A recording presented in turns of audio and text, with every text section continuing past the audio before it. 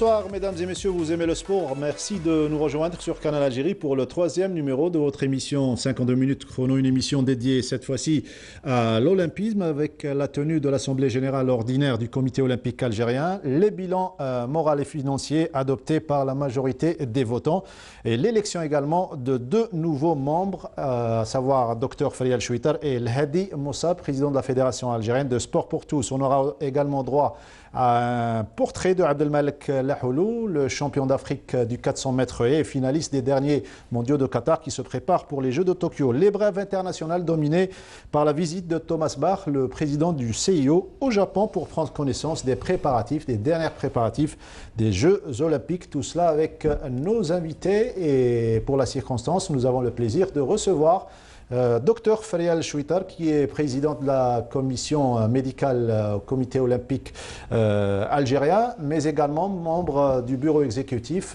récemment élu. Et elle est aussi vice-présidente de la Fédération algérienne de triathlon. Un plaisir de l'avoir parmi nous aujourd'hui. Dr Chouitar, bonsoir et bienvenue. Bonjour et merci de m'avoir invité. C'est une deuxième fois pour vous, puisque vous étiez là il y a deux saisons. Je commence à m'habituer à apprécier ce plateau. Vous êtes toujours la bienvenue. El Hadi Moussa, donc président de la Fédération algérienne de sport pour tous, vous également, élu par l'Assemblée générale du comité olympique et vous êtes donc incontestablement un membre du comité olympique algérien. Bienvenue. C'est un réel plaisir de vous recevoir. Je suis très heureux d'être parmi vous, avec Monsieur Nordine Hani. Nordine Hani, voilà, qui est un habitué. C'est un ancien, incontournable. C'est un ancien cadre du sport pour tous, parmi les fondateurs du sport pour tous. Donc je suis très heureux. En tout cas, bienvenue. Ouais. Nordine Hani, toujours le plaisir. J'ai commencé par les dames aujourd'hui. Je vous aurais fait jaloux. la remarque. Donc bonsoir Nordine. Toujours très content de partager avec vous cette émission qui dure depuis des années. Donc bonsoir à tous ceux qui nous regardent. Bonsoir à nos 2 invités. Alors 2 invités qui ne sont plus à présenter. Docteur Chouitar, c'est une juste reconnaissance des choses que de la voir au comité olympique algérien. De toute manière, elle y était sans y être. Hein. Maintenant, elle est officialisée. Mais elle a toujours travaillé pour le comité olympique. C'est une femme qui a réussi donc, à rentrer dans le mouvement sportif national depuis un certain temps. Donc maintenant, c'est officialisé. C'est une bonne chose qu'on lui ait reconnu ça. Quant à mon ami El Hadi Moussa, c'est quelqu'un qui se bat pour le sport pour tous. C'est pour avoir travaillé dans cette, comme secrétaire général dans cette fédération. Je sais que c'est une fédération qui est très importante, même si on ne lui donne pas beaucoup d'importance, mais on devrait se pencher. Son apparition, donc son introduction, s'il vous plaît, intronisation au niveau du comité olympique, va lui permettre, même si le comité olympique travaille depuis un certain temps sur le sport pour tous, va lui permettre d'avancer parce que le sport pour tous, c'est un droit à tous les Algériens de faire du sport. Et vous étiez présent donc samedi dernier lors de l'Assemblée générale, on va y revenir, Assemblée générale ordinaire. Docteur Chouitar, vous étiez, comme on le sait, donc très proche des athlètes en tant que président de la commission médicale. Cette fois-ci, vous aurez du pain sur la planche et surtout, vous serez encore plus proche en tant que membre du bureau exécutif. Effectivement, bon, de toute façon, moi, si j'évolue dans le milieu du sport, c'est par amour et affection pour les athlètes. C'est mon premier objectif, moteur. Et donc, c'est vrai que jusqu'à aujourd'hui, et ça remonte à un certain nombre d'années, effectivement, Jérémy, merci de me le rappeler, que je m'occupe des athlètes à tous les niveaux. J'ai commencé au niveau du club, c'était le club du Mouloudia qui est devenu le GSP, ensuite les fédérations, et depuis quand même pas mal de temps au niveau du comité olympique. Ouais. Je le fais avec plaisir, je le fais et j'ai un retour positif de la part des athlètes. Il s'est créé une symbiose entre nous et effectivement, l'opportunité qui m'est présentée cette fois d'être au niveau du bureau exécutif me permettra non seulement de m'occuper de leur santé, mais également de m'occuper un petit peu plus de certaines autres choses dont ils ont réellement besoin. Très bien. Monsieur Moussa, vous, de votre côté, c'est peut-être une première d'avoir dans le bureau exécutif un représentant du sport pour tous. Donc, je suis très fier je suis très fier de représenter le sport pour tous. Surtout, vous savez que le sport pour tous, il est réparti pratiquement au niveau national dans les différentes wilayas. Notre fédération, on a toujours travaillé dans le sens de créer pas mal d'activités, surtout le sport sud, sport et la femme, et les sports nouveaux, les sports promotionnels. Donc c'est pour cette raison que je suis très très fier de représenter les sympathisants du sport pour tous et les militants du sport pour tous. Surtout nous avons beaucoup d'animateurs qui veulent pratiquer le sport pour tous au niveau des clubs. Donc c'est une opportunité pour nous d'être au niveau du comité olympique et nous avons beaucoup de projets concernant le sport pour tous. Donc c'est une occasion pour nous et surtout pour les clubs et les ligues lointaines de leur proposer pas mal d'activités, surtout des activités physiques et récréatives et surtout les sports. Maintenant, au niveau du comité, je peux représenter les sports populaires parce que nous avons beaucoup des sports populaires, des activités traditionnelles qui relèvent du sport pour tous. Donc, c'est une manière d'être au diapason également de ce qui se fait au niveau du comité international olympique. En même temps, c'est la fédération internationale, donc elle donne beaucoup d'importance au sport populaire et les jeux traditionnels. Très bien, on va y revenir sur ces deux élections, mais aussi sur cette assemblée générale, le temps de voir et de découvrir ce qu'il y a dans la une de ce troisième numéro.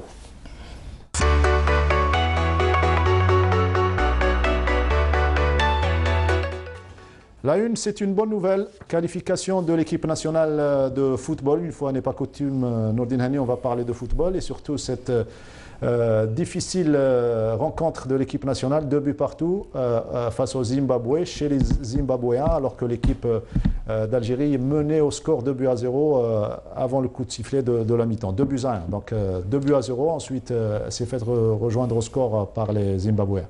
Oui, même si ce n'est pas dans les habitudes, donc c'est une émission qui... C'est l'une des seules qui se permet de parler des autres disciplines qui ont le droit aussi d'être entendues.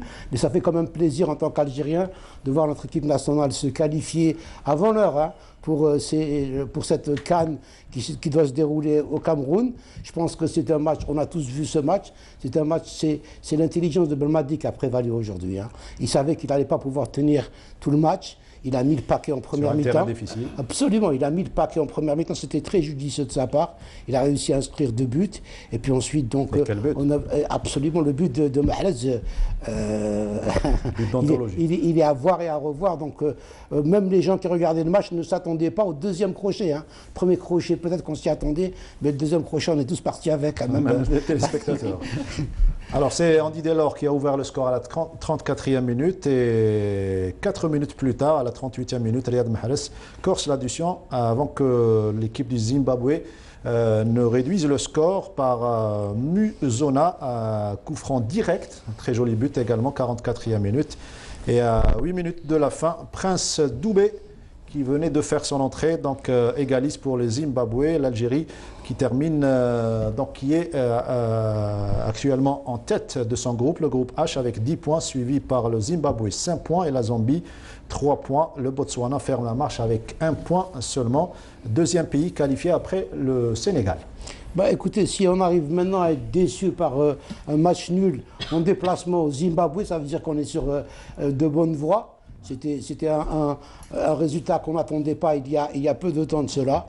Donc c'est une équipe qui reste sur son série d'invincibilité. C'est une bonne chose. Donc ce match nul, moi je le trouve vraiment très très important et ça prouve que cette équipe nationale est sur sa dynamique, elle le reste. Le commentaire du comité olympique suite à cette qualification? Mais le comité olympique ne peut que se réjouir de résultats pareils. Ouais. Je pense qu'il n'y a pas photo du tout, que ce soit le football ou les autres disciplines. Le comité olympique est toujours là pour supporter tous les sportifs, quels qu'ils soient. Hadi? Très heureux. Toutes mes félicitations pour l'équipe nationale. Et comme vous savez, dans le sport nous avons le sport de proximité qui est, donc pour votre information, la ligue de Sidi Mohamed. Attal est sorti de la ligue Sidi Mohamed. Donc, nous avons beaucoup d'athlètes, beaucoup de footballeurs qui sont issus de nos ligues, de la ligue de Borj, et pas mal de joueurs du Shabab Belouizdad qui sont issus de la ligue communale de Sidi Mohamed, la ligue sport pour tous. Il faut dire que quand vous parlez de footballeurs...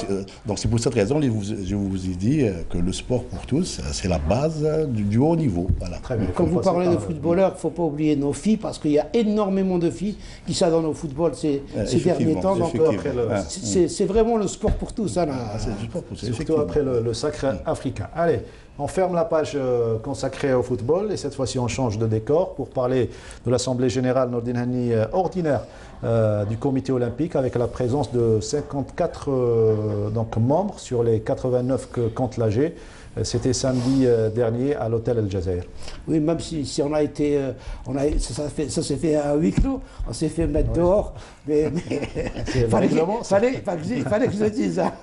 Fallait que je le dise, mais c'est amical, donc on nous a expliqué que c'était des statuts, des textes donc, du comité olympique de faire international, donc ça s'est fait dans de bonnes conditions.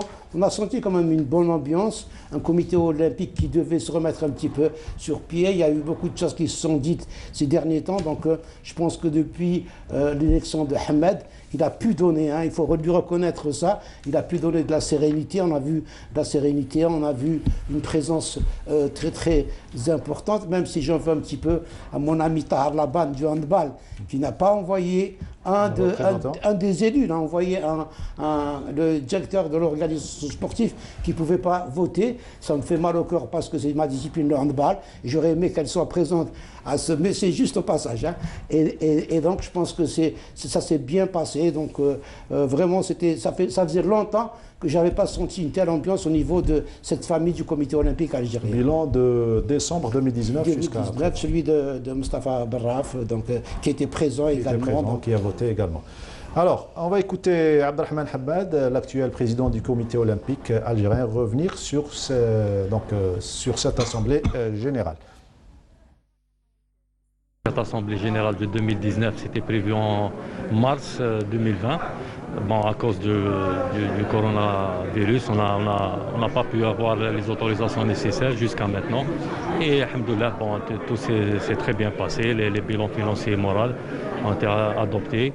Et il y a eu l'élection des 2 nouveaux membres. Voilà, l'élection des 2 nouveaux membres. Ils sont avec nous, Dr Fariach Chouetar, donc président de la commission médicale au sein du COA, ainsi que L'Hadi Moussab, qui est président de la Fédération algérienne de sport pour tous. Encore une fois, on va revenir sur cette assemblée générale. Tout s'est bien déroulé. On a senti beaucoup de sérénité. Effectivement, il y avait énormément de sérénité. Les personnes étaient là dans un but précis. C'était donc d'adopter les bilans. Et puis, les élections se sont déroulées dans un fair play total. Il y avait une bonne ambiance. Moi, par rapport aux 2 autres candidates que je connais très bien, pour lesquelles j'ai énormément d'estime et de considération, en l'occurrence Soraya Haddad et Fayrouz Dih, nous étions d'ailleurs en train de discuter ensemble et puis dès l'annonce des résultats, je suis allée vers elles, toutes les 2. On s'est serré bien que le Covid devait nous l'interdire. Mais on a fait quand même attention. Et puis voilà, donc... 63 voix, pardon. 63, et 42 pour Soraya et 4 pour Fayrouz. Donc nous avons respecté les règles de l'olympisme, en l'occurrence le fair play et l'éthique. Très bien. 70 voix pour L'Hadi Moussab. Je crois 74. Hein. 74, ça a été corrigé. Ah, ça a été corrigé. Au départ, c'était 70, oui. Ok. Donc moi, je suis très content du moment que... Allez-y. Je suis très content du moment que la plupart des présidents de fédération qui ont fait confiance au sport pour tous, vous savez que pas mal de fédérations, on a travaillé, on a des conventions, pas mal de programmes au niveau de leur fédération, on a des conventions, on a pas mal de programmes ensemble. Donc j'étais très content du moment qu'il y a beaucoup de... Ce n'est plus comme avant. Oui. La plupart, ils ont compris que le sport pour tous, c'est une partie prédominante dans les différentes disciplines. Telles que, vous savez que, par exemple, c'est pas le hockey, c'est le rugby. Oui. Le rugby, il est issu de la Fédération du sport pour tous. Avant sa création. Bien sûr. Le badminton, il était issu de la Fédération. Les Jeux populaires et sports nationaux, l'association nationale, elle est issue de la Fédération du sport pour tous. Donc on a beaucoup, y compris le triathlon. Et aujourd'hui, le triathlon, c'est une fédération olympique. Donc c'est juste, ça de la voilà. Donc le sport pour tous, normalement, je crois que le sport pour tous, j'ai dit un problème à monsieur Nordine, que normalement le sport pour tous, il est coopté. C'est-à-dire, on est une partie prenante au niveau du comité olympique. Donc, vu les recommandations du CIO, le sport pour tous, c'est une partie très importante au niveau du comité olympique. Il faut rappeler que vous avez remplacé donc, la championne olympique Benida Marah et M. Hamad, puisqu'il est devenu président du comité olympique algérien. Oui, enfin, juste pour revenir, pourquoi j'en avais parlé dans les coulisses, parce que certains ont dit comment ça se fait qu'il y a une fédération qui est non olympique. Bon, le triathlon fait partie donc des fédérations olympiques, il n'y a pas de problème. La fédération sport pour tous, je pense que le comité olympique international y attache une grande importance. Il oriente vers ça, donc c'est pour ça que vous êtes au niveau. Donc c'était juste pour remettre les choses à leur place. À leur place, voilà, très bien. Si vous permettez, je pourrais rajouter également un petit quelque chose dans ce sens-là. C'est que si l'on voit l'intitulé du comité, c'est Comité olympique et sportif algérien. Ce n'est pas Comité olympique algérien. Sportif algérien, donc, il faut le préciser. Le mot sportif a toute sa valeur et c'est comme cela que le sport pour tous ou le sport santé peut entrer dans les considérations du comité olympique. C'est plus de responsabilité pour vous deux? Certainement, certainement. C'est de la responsabilité, c'est de la confiance que l'on a mis en nos personnes et il est absolument hors de question de décevoir cette confiance qui a été mise en nous. Prendre part aux décisions surtout, c'est important. Absolument, on discutait aussi. Tout en gardant quand même la trajectoire de tout ce qui peut répondre aux principes de l'olympisme.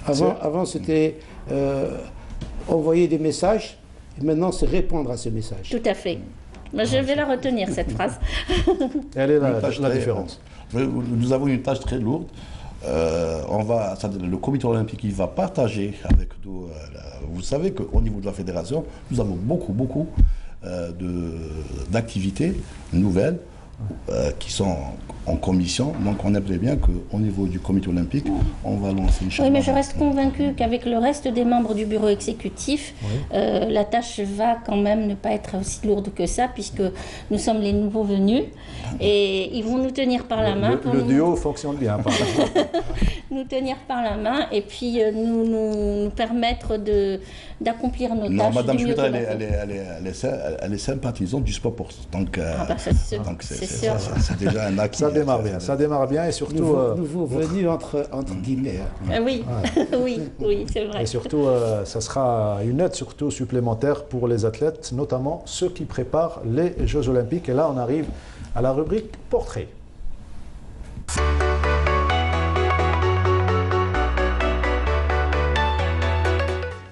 Et le portrait aujourd'hui est consacré au sympathique Abdelmalek Lahoulou, le hurdleur algérien, champion d'Afrique du 400 mètres haies et finaliste de la dernière édition des mondiaux de Qatar. Il envisage d'atteindre, Inch'Allah, et pourquoi pas, le podium olympique. C'est ce qu'on espère pour lui. Docteur Chouita, vous connaissez parfaitement bien Abdelmalek Lahoulou, l'esprit sain dans un corps sain, on va dire. Absolument. Moi, je trouve que Malik, parce que c'est comme ça que je l'appelle, est l'exemple même de l'athlète accompli. C'est un athlète qui a des performances, c'est un athlète qui a surtout la tête sur les épaules, qui est une force tranquille. Moi, je le vois comme ça. C'est une force tranquille. C'est une personne qui sait ce qu'elle veut et qui travaille pour arriver à ce qu'elle veut. Donc, on n'en fait pas beaucoup des comme ça. Oui, c'est vrai. La force tranquille, c'est ce qui pourrait faire sa force pour les Jeux Olympiques, Nordine Hani? Absolument, je pense qu'il a bien été. Donc, elle a bien décrit Malik. Malik, c'est quelqu'un qui est passé par plusieurs étapes. Hein, et je pense qu'il a compris. Au fil des étapes, Malik s'est forgé. Et c'est ça qui est important. C'est Malik, il a vraiment compris ce qu'il fallait pour être un athlète de haut niveau. Et c'est ça, donc, ce nouveau visage, cette approche de Malik en ce moment. Il pourrait bien faire un porte-drapeau. Ah oui. C'est une bonne idée. Oui. Moi, j'adhère totalement. Voilà, c'est parti. Avec le comité olympique déjà, Frédéric Chouitar, qui donne son avis sur ce sympathique athlète qui nous fait plaisir à chaque présence dans les différentes compétitions internationales. Portrait signé Sid Ahmed Bouraïb.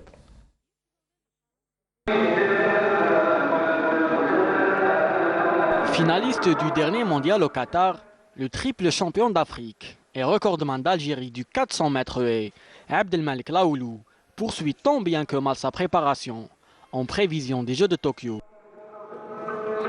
Une préparation perturbée par la pandémie de Covid-19.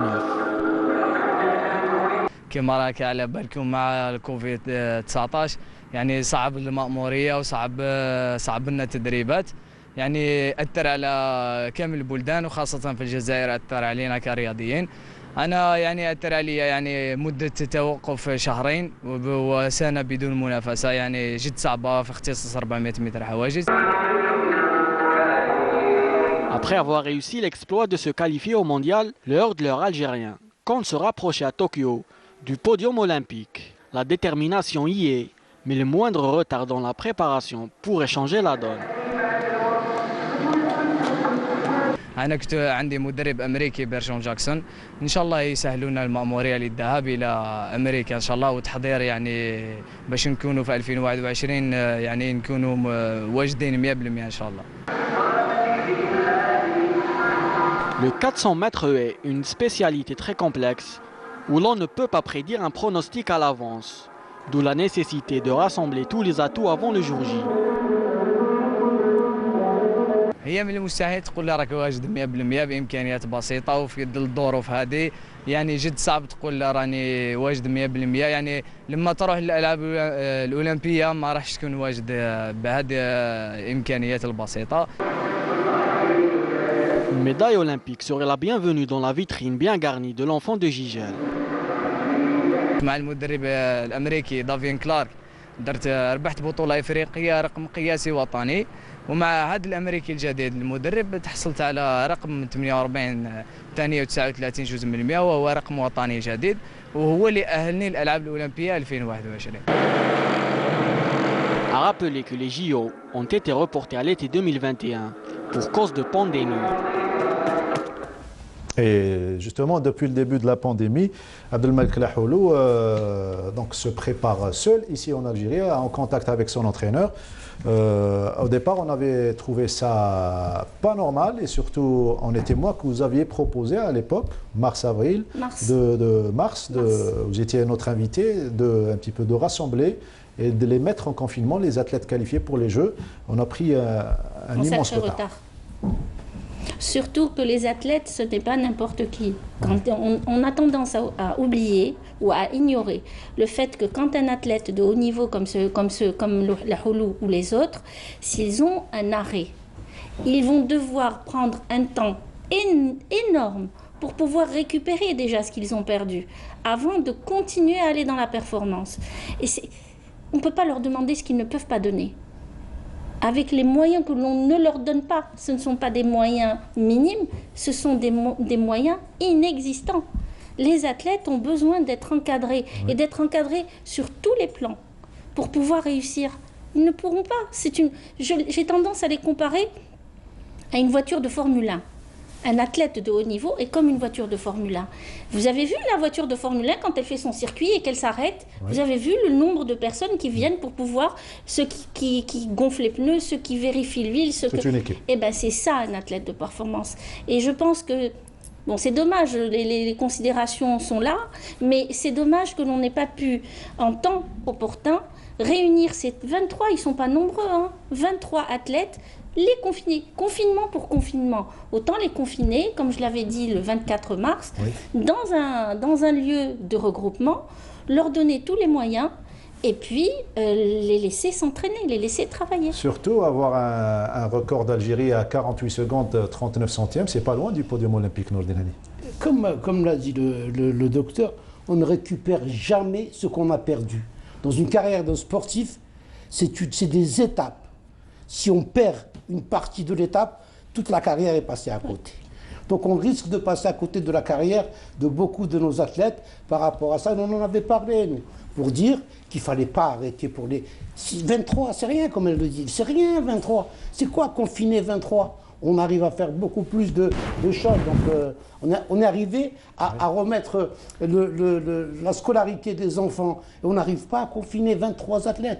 Et donc ce n'est pas possible de récupérer. Même tout ce qu'ils vont faire maintenant, à l'avenir, pour essayer d'aider ces athlètes, moi je pense qu'ils sont passés à côté. Et Malik, il est en train de pratiquement supplier pour qu'il termine sa préparation les 6 derniers mois. On va le voir avec les nageurs qui sont en train de nager dans des piscines de 25 mètres. C'est pas normal, tout ça c'est pas normal. Et j'aimerais rappeler, permettez-moi, M. Hani, que 23 athlètes, c'est l'effectif d'une équipe de football. C'est bien de faire le lien. Le message est passé. Allez, la rubrique gros plan, on va s'intéresser à un sport qui englobe 3 disciplines et vous allez découvrir juste après.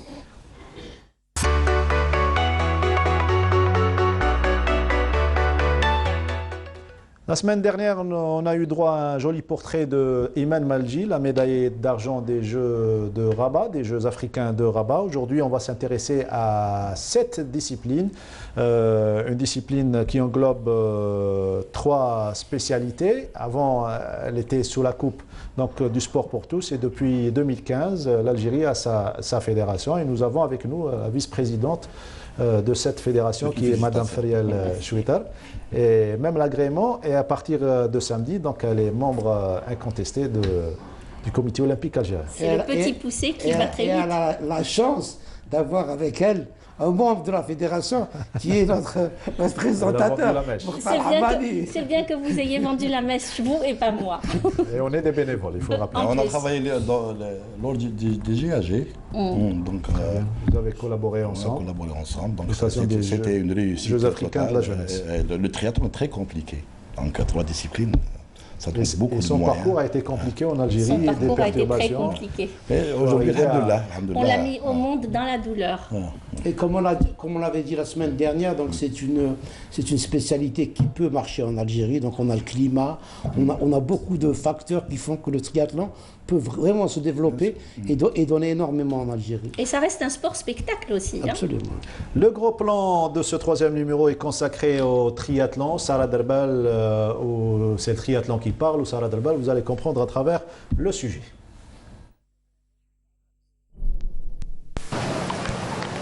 Je suis plus qu'un sport, je suis 3 sports. Je frôlera votre visage lorsque vous roulez. Le contact passant à ma création, mon nom a été également utilisé pour d'autres enchaînements sportifs jusqu'à 1974. Le premier triathlon moderne a vu le jour aux États-Unis. Il a été réalisé par Jack Johnston et Don Shannon près de San Diego, en Californie. Et c'est sur des distances de 8 km en course à pied, 8 km en vélo et 450 mètres en natation que s'affrontent des Californiens adeptes d'une culture basée sur le multisport et le fitness. Je franchis l'Atlantique en 1980 pour conquérir l'Europe. Le premier triathlon longue distance a été organisé en France, plus précisément à Nice, en 1982. Même si j'étais qualifiée de sport de fou au début, mais j'ai quand même fait de nouveaux adeptes. Ma première structure a été créée 5 ans après mon arrivée en Europe et c'était la Fédération européenne de triathlon. Direction le nord-africain, plus exactement l'Algérie. L'idée est venue en 2013 après que Mohamed Belhimer affiche son intérêt. Cet ancien nageur du Mouloudia d'Alger, reconverti en triathlète, en a parlé à l'ancien président du comité olympique. Et comme on dit, de la discussion jaillit la lumière. L'idée de créer une fédération de triathlon s'est concrétisée 5 ans plus tard. Malgré quelques turbulences, la fédération obtient son agrément et parvient à placer 2 athlètes aux Jeux méditerranéens de Tarragone. Hellel Benrouen et Mohamed Belhimer terminent respectivement 15e et 17e.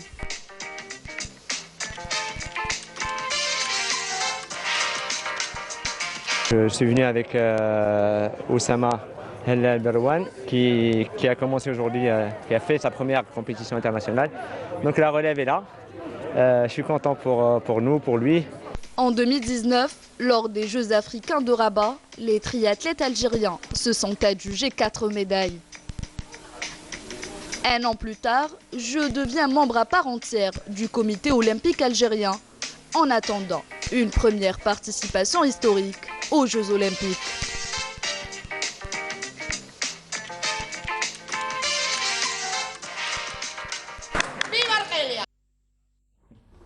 C'était lors des Jeux méditerranéens de Tarragone, une supportrice espagnols pour nous encourager. Voilà, donc espérons donc une qualification aux Jeux Olympiques, mais ça ne sera pas pour Rio. La DTN actuellement table sur une qualification de 2 athlètes pour les Jeux de Paris. Paris 2024. Éventuellement, oui.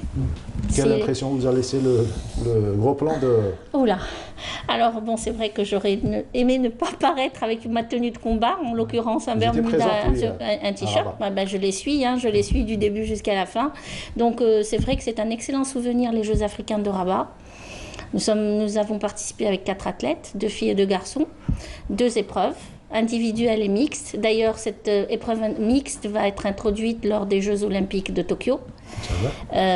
Chaque athlète, donc ça s'intercale fille-garçon, et chaque athlète doit faire les 3 épreuves. Nous avons eu, d'ailleurs était présent M. Ahmed Nasser, le président de la Confédération africaine de triathlon. Oui. Nous étions à la même table quand la compétition se déroulait, et c'est vrai que moi j'avais les yeux rivés sur le chronomètre. Et je dirais pas, je croyais pas mes yeux, parce que je crois en mes athlètes, mais je ne croyais pas le résultat qui était en train de se dessiner. Alors, la première, nous sommes partis, nous avons failli ne pas y aller, parce que le ministère avait imposé le podium. Oui. Et c'est vrai que je suis allée me battre pour dire que nous partons et nous allons faire un podium. Nous sommes revenus avec 2 podiums. Oui. 2 compétitions, 2 épreuves, 2 podiums. Épreuve individuelle, médaille de bronze pour Oussama El Barouane. Et puis épreuve mixte, l'apothéose, médaille d'argent pour nos 4 athlètes. Ce qui fait que ça reste un moment à inscrire dans l'histoire. Les premières médailles du triathlon algérien. Aux Jeux africains de Rabat, avec comme responsable technique Mohamed Belhaimer. Et comment, qui a fait d'ailleurs un excellent travail. Un excellent travail pour avoir cette médaille. On peut dire un grand bravo à Sarah Derbel qui s'est vraiment donc personnalisée dans... Le jeu était magnifique, les jeux. C'est une nouvelle technique que nous propose donc Sarah Derbel. Mohamed Belhaimer, qui a été, il faut le dire, il faut le reconnaître, l'élément déclencheur, puisqu'il avait rencontré Mustapha Braf, l'ex-président du comité olympique algérien en 2013-2014, pour un petit peu lui proposer de lancer ce sport et surtout, non pas lancer, mais créer la fédération. L'idée donc a mûri et donc et ça s'est concrétisé en 2015. On ne va pas en dire plus puisqu'il est avec nous à partir de Paris, il est confiné. Mohamed, bonsoir. Bonsoir tout le monde. Un réel plaisir d'entendre votre voix puisque ça fait longtemps qu'on ne s'est pas vu. Alors, vous venez de suivre un petit peu le débat et le sujet que nous a proposé notre collègue Sarah Derbel. Vous avez certainement à nous en dire plus concernant cette étape où vous avez proposé à M. Beraf donc, de créer cette fédération. Oui, en effet, donc pour compléter un petit peu donc, ce qui a été déjà dit ici ou souligné, c'est que en fait le triathlon a fait ses débuts bien beaucoup plus tôt que ça.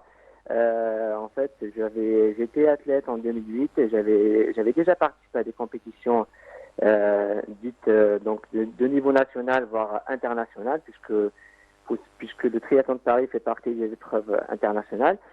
Et en effet, j'avais commencé déjà à l'époque à en parler à la radio algérienne. Donc j'ai fait quelques apparitions, peut-être timides au début, et petit à petit, tout s'est débloqué. En effet, en 2014, lorsque j'ai rencontré Monsieur Beraf, et suite à cela, suite à notre réunion, le triathlon avait pu voir le jour en fin 2015. Donc, une fédération qui est née, avec des membres très actifs, que je remercie. Je remercie également Dr Schwitter pour le travail qu'elle effectue au sein de la fédération. Et donc donc à l'époque j'étais je suis également entraîneur de natation. Oui. Et depuis maintenant presque 16-17 ans. Et je me suis reconverti effectivement à l'entraînement donc du triathlon. Suite à cela, donc j'ai essayé de faire connaître ce sport qui était, il faut le dire, totalement méconnu en Algérie.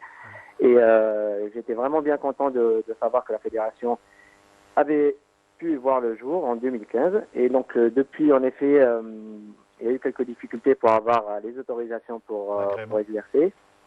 Voilà, notamment l'agrément qui est obligatoire pour toute fédération donc en Algérie. Et voilà. Donc, mais avant cela, j'étais à la fois entraîneur, directeur sportif dans les clubs et parallèlement, j'essayais d'aider la fédération de triathlon avec notamment mes participations en tant qu'athlète. On voulait absolument faire parler de ce sport, faire quelque part le buzz.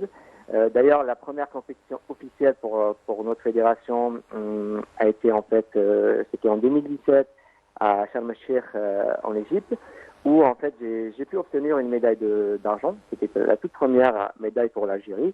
Et suite à cela, donc j'ai proposé mes services à la fédération, qui a bien voulu, qui m'a fait confiance en effet.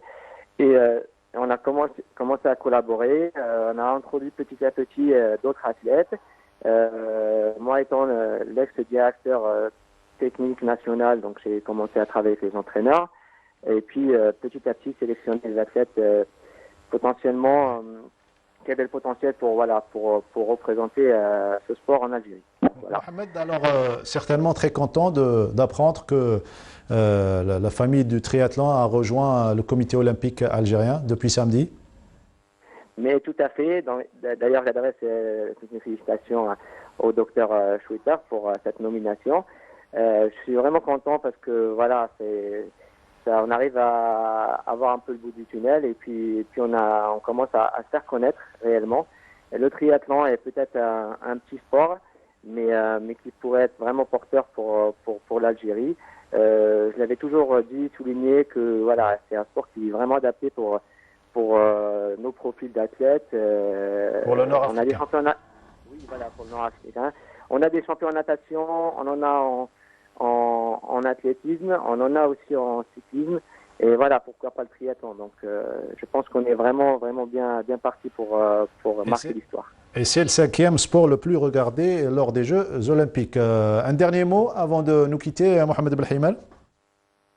Écoutez, je souhaite une bonne continuation donc pour ma fédération, pour le sport algérien en général.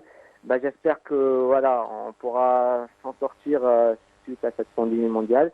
Voilà, je demande aux athlètes de continuer leurs efforts, ne pas baisser les bras.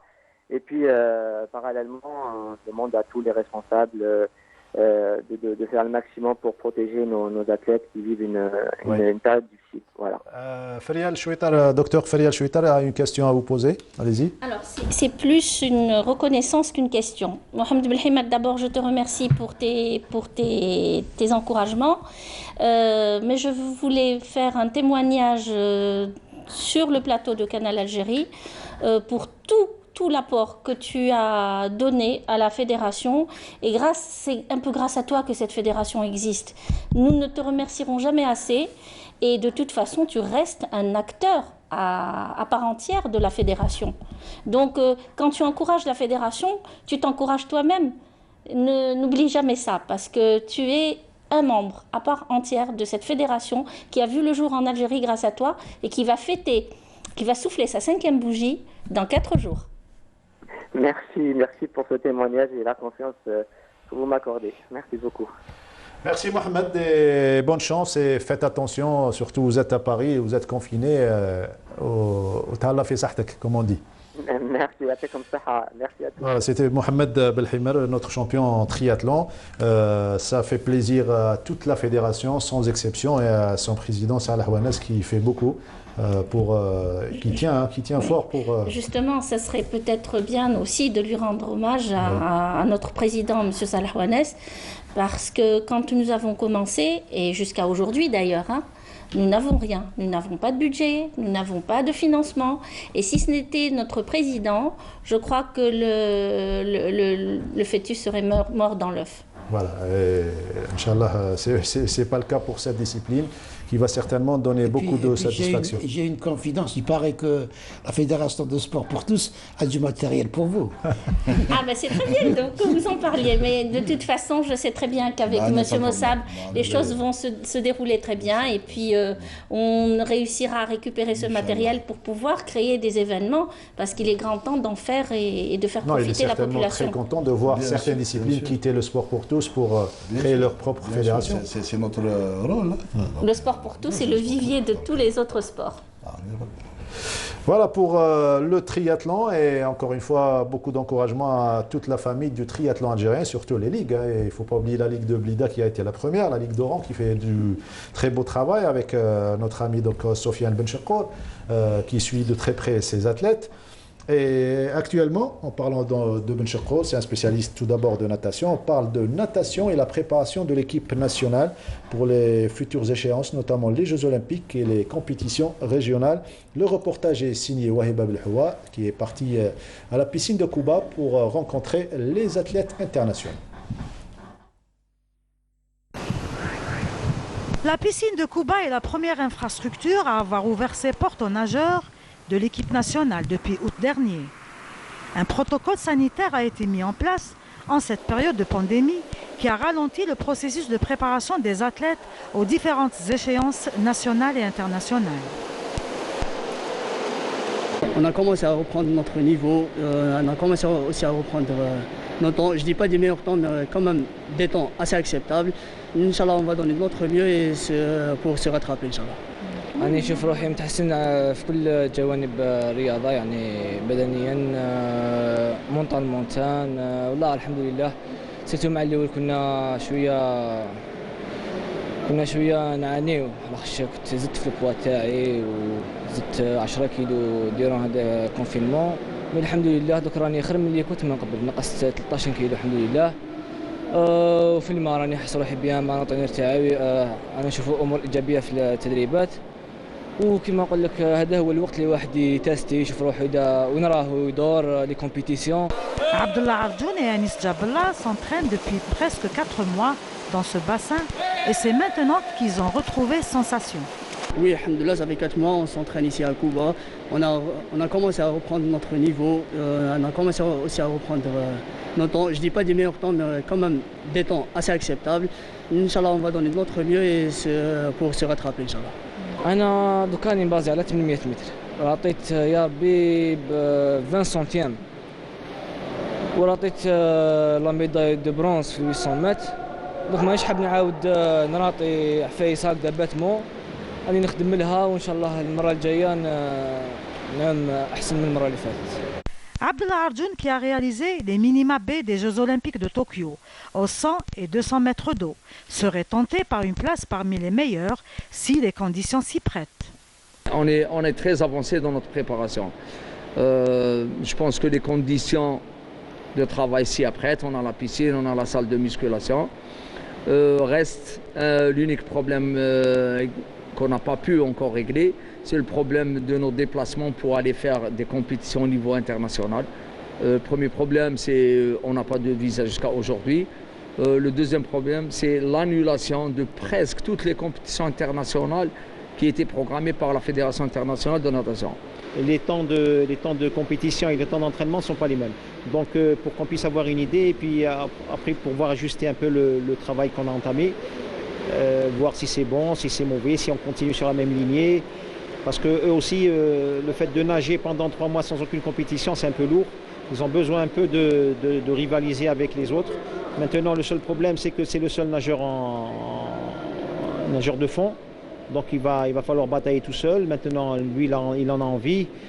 On attend que ça. Je crois que ça va être programmé d'ici 1 mois. Améliorer les temps à l'entraînement est un signe de progression pour les nageurs.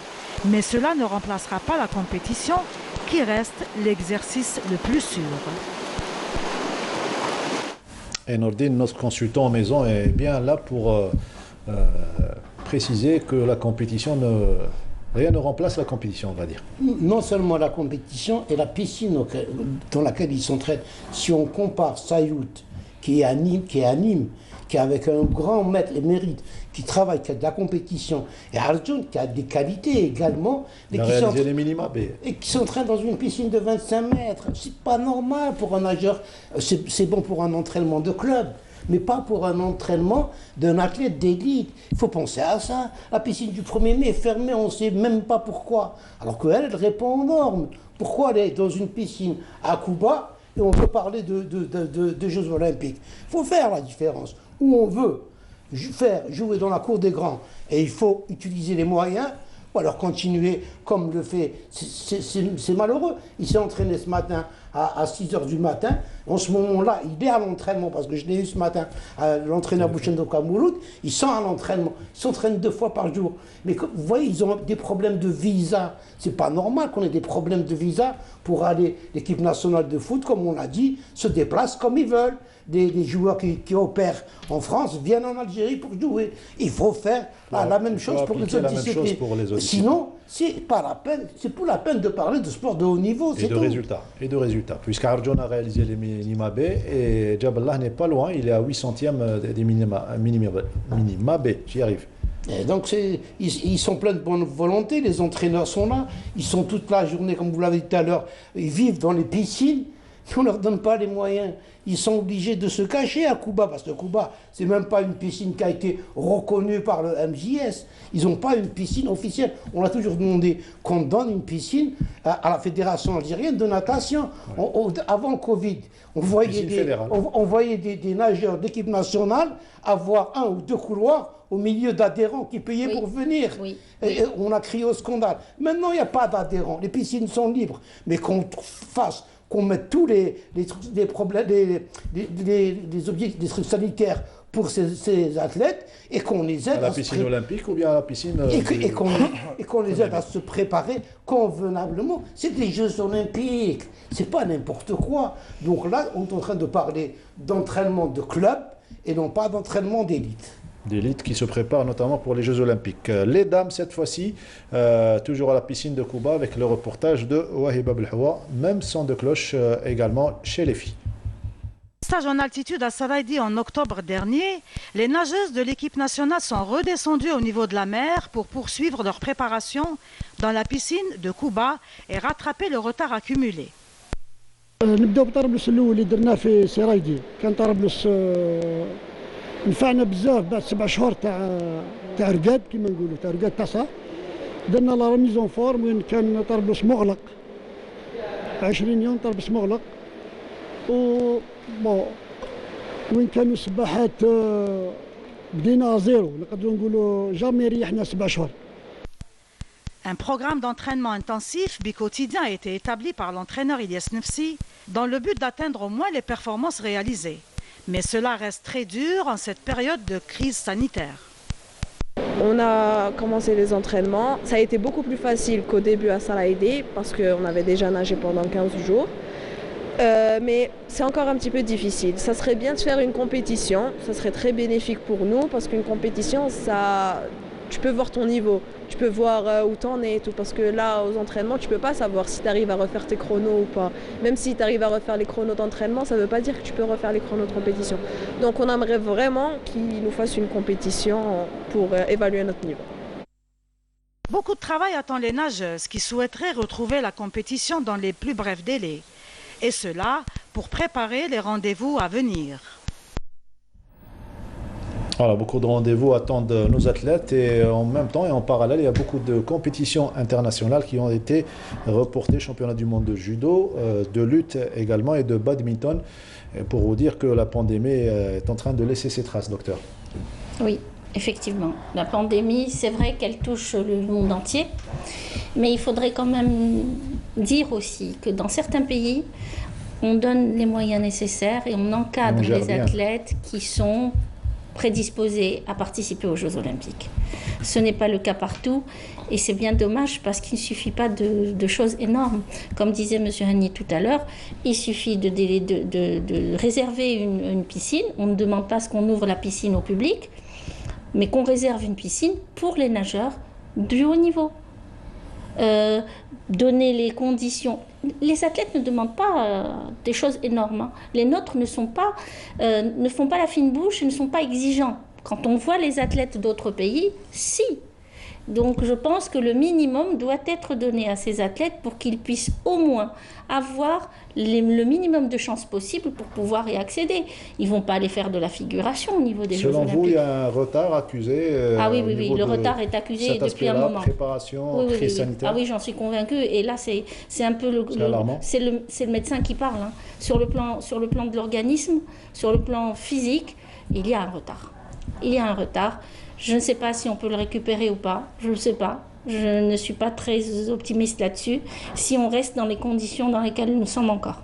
Il faut rappeler également que les instances sportives ont été ouvertes uniquement pour les athlètes d'élite, ce qui ne fait pas l'affaire des autres sportifs, des autres athlètes, mais aussi de la Fédération de sport pour tous. Donc vous êtes pénalisé par rapport à ça. Vous êtes à l'arrêt pratiquement. Bien sûr, bien sûr. Donc, nous, c'est pratiquement, c'est pas la compétition là-haut, mais on est pratiquement à l'arrêt. Hein. Vous avez profité de cette occasion pour un petit peu... Dans par exemple, réorganiser nous avons pas les sports électroniques, donc par Internet, les jeunes ils travaillent, ils font de la compétition entre eux. Des activités telles que la FAB au foyer, donc nous avons proposé quelques... Et c'est tout. Il y a combien de disciplines? Nous avons pratiquement 8 disciplines ou plus, donc nous avons par exemple... C'est des commissions au niveau de notre fédération. Nous avons la commission du speedball, c'est une activité qui est très prisée. Donc nous avons travaillé, ça fait 4 ans de ça, donc au plus. La plupart des athlètes, ils sont issus du sud. Donc nous avons des champions de Adrar, de Gherdaya, de Loued. Donc on a opté pour le sud. Donc c'est une autre vision. Donc du sport pour tous. Donc on a la plupart des athlètes, ils sont issus du sud, donc des hauts plateaux. Donc nous avons quand même la discipline Sambo. Le Sambo il est chez nous, donc c'est une future discipline qui va être olympique. Et qui va créer sa fédération. Inch'Allah, ils vont créer leur fédération. Nous avons le hockey sur gazon, qui est une discipline olympique. Donc nous sommes membres de la Confédération africaine, de l'Union arabe et même de la Fédération internationale. Donc nous avons quelques ligues, quelques clubs au niveau de Tipaza et de Constantine, de Gherdaya, d'Alger. Donc on essaie de créer, c'est une future fédération. Nous avons l'aquamarche, c'est une discipline, elle est destinée surtout au 3e âge. Nous avons les sports électroniques. En plus... Vous allez profiter de votre présence au sein du bureau exécutif du COA pour aider ces disciplines. Mais bien sûr, justement, c'est dans ce sens. Vous avez rejoint. On veut que ces disciplines ils prennent de l'ampleur, en même temps, on va leur donner leur droit, Inch'Allah. Inch'Allah, la rubrique Interactu et on se retrouve juste après. Dojim.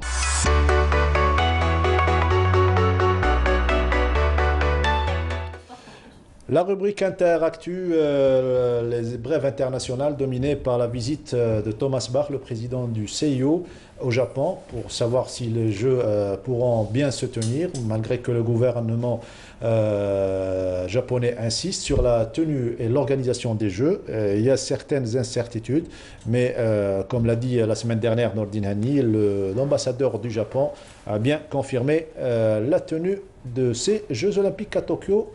Le 23 juillet, ce sera la date de l'ouverture. On revient sur ces brèves avec Sid Ahmed Bourey.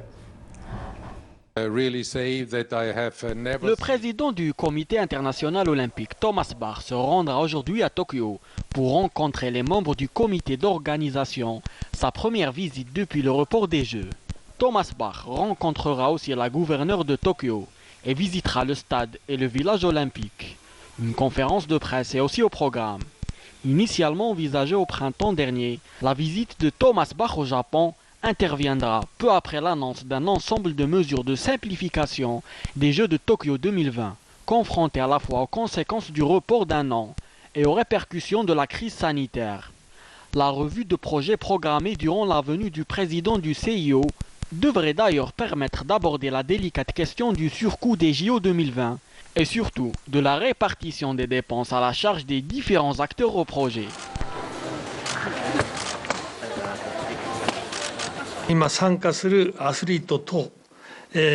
Alors que la tenue des Jeux Olympiques à Tokyo en 2021 demeure incertaine, les organisateurs se montrent optimistes et réfléchissent aux conditions d'accueil d'un public étranger pour l'événement. Les règles de quarantaine pourraient être levées pour les spectateurs étrangers, ont déclaré jeudi les organisateurs, alors que l'optimisme grandit quant à la tenue de l'événement avec du public. Les déplacements des athlètes et des officiels seront fortement limités pendant les 2 semaines suivant leur entrée au Japon. Mais cela sera difficile à mettre en œuvre pour les spectateurs, a déclaré Toshiro Muto, directeur général du comité d'organisation de Tokyo 2020. Le nombre de spectateurs étrangers étant très élevé, une quatorzaine et une interdiction d'utilisation des transports publics sont irréalistes, a-t-il expliqué devant la presse après une réunion du comité d'organisation. Le directeur général de l'Agence mondiale antidopage, Olivier Nigli, a reconnu jeudi que la pandémie de coronavirus risquait de créer des trous dans les programmes de tests antidopage des athlètes de certains pays avant les JO de Tokyo 2020. Nous suivons l'évolution de la situation.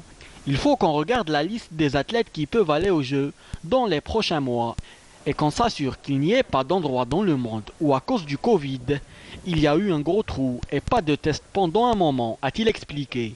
Il s'est dit raisonnablement optimiste sur la capacité des agences nationales antidopage, en coordination avec l'autorité de contrôle indépendante, à s'assurer que les athlètes sélectionnés dans les mois précédant les JO soient testés au moins 2 fois si possible.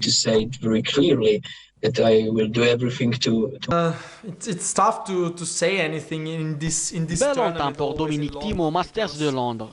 Le récent vainqueur de l'US Open est venu à bout du grec Stefanos Tsitsipas en 3-7, 7-6, 4-6, 6-3. Il prend virtuellement la tête de la poule en attendant l'autre confrontation qui opposera Andrei Rublev à Rafael Nadal. Alors que la seconde poule comporte Novak Djokovic, Daniil Medvedev, Alexander Zverev et Diego Schwartzman. Le dernier grand tournoi de la saison qui se joue à huis clos sera une occasion pour Djoko, déjà assuré de terminer à la première place du classement ATP, de prendre sa revanche. Lui qui avait été éliminé la saison dernière dès le premier tour. Alors que Rafael Nadal essaiera d'accrocher son premier titre dans l'un des tournois les plus suivis par les amoureux de la petite balle.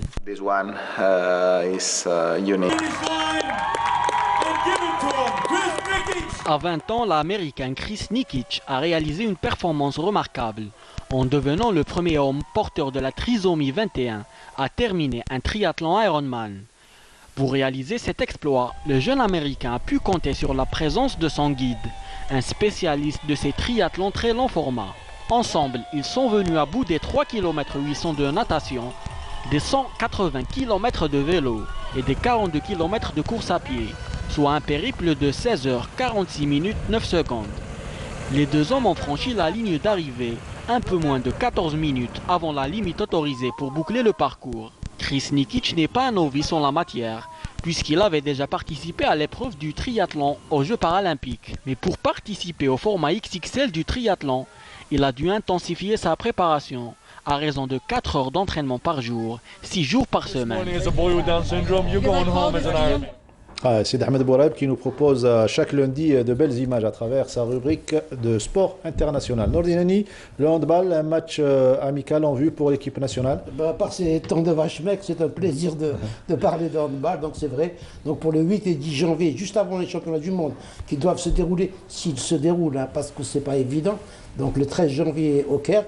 Donc la fédération bahreïnienne et la fédération algérienne se sont entendus sur 2 matchs, donc les 8 et 13 janvier avant le départ pour l'Égypte. Et bien espérons que ça va se tenir. Tout est rentré dans l'ordre concernant les joueurs atteints de Covid? Oui, ça s'est bien passé, même pour les journalistes qui ont été les couvrir. Oui. À part Linda, donc Linda Tebro, qui ont souhaité un propre rétablissement. Qui ont souhaité un propre rétablissement, qui elle a été donc déclarée positive, mais je pense que ça va mieux. Donc j'espère qu'on va reprendre et que vraiment effectivement, ce Covid a touché tout le monde. Le handball, c'est une discipline qui restera le handball et j'espère qu'ils vont reprendre là leur stage pour préparer ces mondiaux. Je dis bien encore s'ils auront lieu, hein, parce que c'est pas évident. Oui, avec les infos de report ces derniers temps. Un dernier mot, docteur Faria Chouetar, à la famille olympique et à la famille triathlon. Deux en un. Eh bien, que voulez-vous que je vous dise, c'est vrai qu'encore une fois, je suis ravie de rejoindre le bureau exécutif parce que cela me permet, encore une fois, de pouvoir mettre une toute petite pierre à l'édifice de ce que peut être l'encadrement des athlètes, puisque c'est la mission première du comité olympique. Et je suis ravie d'y pénétrer en même temps que mon ami M. Mossab qui fait beaucoup pour le sport pour tous. Et je ne peux que le rejoindre en tant que médecin, puisque le sport pour tous reste un tremplin pour le sport santé. Et le sport santé est un des créneaux du comité international olympique, puisqu'il est signataire d'une convention avec l'OMS. Très bien. Monsieur Justement, Mossab. dans ce sens, je voudrais lancer un appel, surtout du moment où on est au bureau exécutif, avec M. Ahmed, le président du comité olympique. On aimerait bien lancer les parcours de santé et En Marche et le brevet sportif populaire, où beaucoup de disciplines rentrent et qui va être décerné à l'ensemble des adhérents. Donc, j'ai oublié que la pêche sportive, nous avons la pêche sportive, donc la pêche, on a beaucoup d'adhérents. Vous avez interrompu. Donc on aimerait bien que c'est une discipline qui va être faire la promotion de la discipline. Et c'est une opportunité pour nous de lancer le sport pour tous au niveau du comité olympique. Et nous, de notre côté, on va vous suivre. Et surtout le sport sud, oui, le ski sur sable et pas mal d'activités. Dans le cas sport. Merci M. Mossab, merci Dr Faria Chouetar. Pouvez-vous un chargé de communication? Merci Nourdine Ami. On se retrouvera donc lundi prochain pour des informations toujours fraîches, bien évidemment. Merci à toute l'équipe du studio numéro 7. À leur tête, Amal Benbatouche, la réalisatrice, et notre assistant, et son assistant, donc Youssef Issaada, lundi prochain.